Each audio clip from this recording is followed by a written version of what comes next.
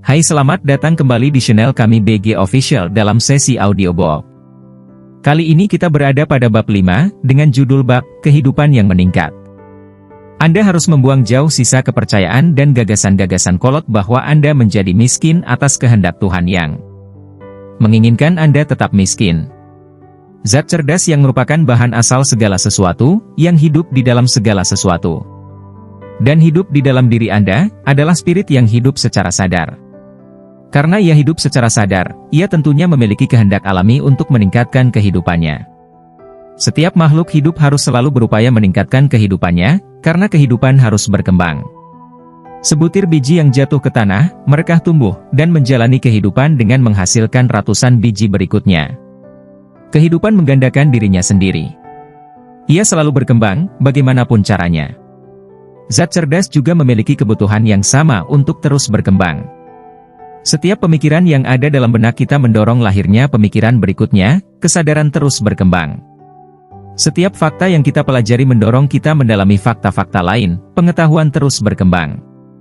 Setiap bakat yang kita kembangkan membangkitkan hasrat kita untuk mengembangkan bakat-bakat lain. Kita tunduk pada dorongan hidup, mengupayakan pengungkapan, yang mendorong kita untuk tahu lebih banyak. Untuk melakukan lebih, dan untuk menjadi lebih. Untuk tahu lebih, melakukan lebih, dan menjadi lebih, kita harus memiliki lebih.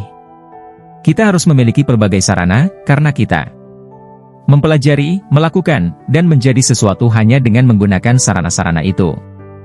Kita harus menjadi kaya, sehingga kita bisa meningkatkan hidup. Sederhananya, hasrat menjadi kaya adalah kapasitas untuk meningkatkan hidup yang terus mencari pemenuhan. Setiap hasrat adalah potensi terpendam yang berupaya mengungkapkan dirinya. Ia muncul karena ada kekuatan dalam diri manusia yang terus berupaya menemukan pemenuhan. Dorongan yang membuat Anda ingin memiliki uang lebih sama dengan dorongan yang membuat tanaman tumbuh. Kehidupan itu sendirilah yang ingin mewujudkan dirinya lebih utuh. Bahan asal kehidupan ini tentunya tunduk pada hukum kehidupan, ia memiliki hasrat untuk meningkatkan hidup. Itu sebabnya ia perlu menciptakan segala sesuatu, ia ingin hidup sejahtera di dalam diri Anda. Karenanya, ia ingin Anda memiliki semua sarana yang Anda perlukan. Tuhan menginginkan Anda kaya karena ia bisa mengekspresikan dirinya lebih baik melalui Anda jika Anda memiliki banyak sarana yang memungkinkannya berekspresi. Ia bisa hidup sejahtera dalam diri Anda jika Anda memiliki kuasa tak terbatas atas sarana-sarana kehidupan. Semesta menghendaki Anda memiliki apa saja yang Anda inginkan. Alam bersahabat dengan setiap rencana Anda. Segala sesuatu secara alami mendukung Anda. Tanamkan dalam pikiran Anda bahwa ini benar. Penting menyadari bahwa Anda memiliki tujuan yang selaras dengan tujuan semesta. Anda harus menginginkan kehidupan yang sebenar-benarnya, bukan hanya demi pemenuhan kesenangan badani misalnya. Hidup adalah pelaksanaan fungsi-fungsi. Setiap individu akan benar-benar hidup ketika ia bisa melaksanakan semua fungsi, baik fisik, mental, maupun spiritual, yang ia mampu kerjakan, tanpa mengorbankan salah satunya. Anda tidak ingin menjadi kaya agar bisa hidup secara badani, demi pemenuhan nafsu hewani. Itu bukan kehidupan.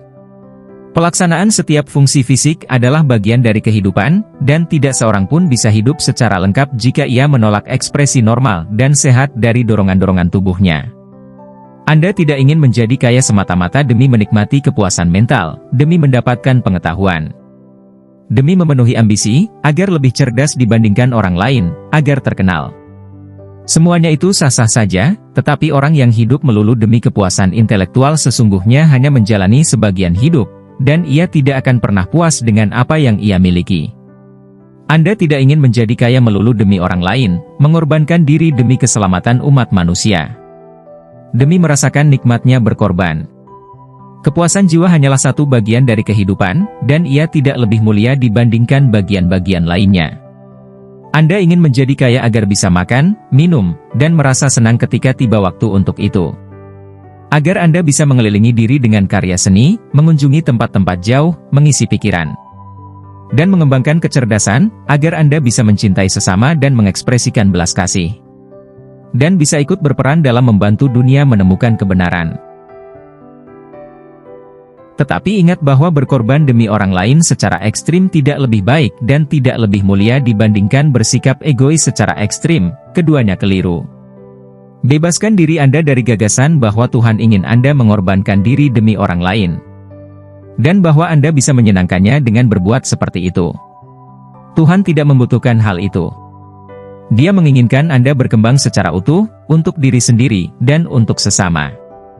Dan Anda hanya bisa membantu orang lain secara lebih baik ketika kehidupan Anda sendiri meningkat. Anda bisa berkembang secara utuh hanya dengan menjadi kaya.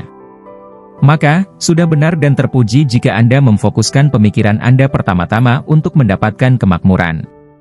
Namun, ingat bahwa bahan asal menginginkan semua menjadi kaya, maka setiap gerakannya tentulah dimaksudkan agar semua bisa berkembang. Tidak boleh ada tindakan yang menghambat pihak lain, karena semua memiliki dorongan yang sama untuk menemukan sumber kekayaan dan kehidupan. Bahan asal akan mewujudkan segala sesuatu bagi Anda, namun tidak dengan cara mengambil dari orang lain dan memberikannya kepada Anda. Anda harus menyingkirkan pemikiran tentang kompetisi.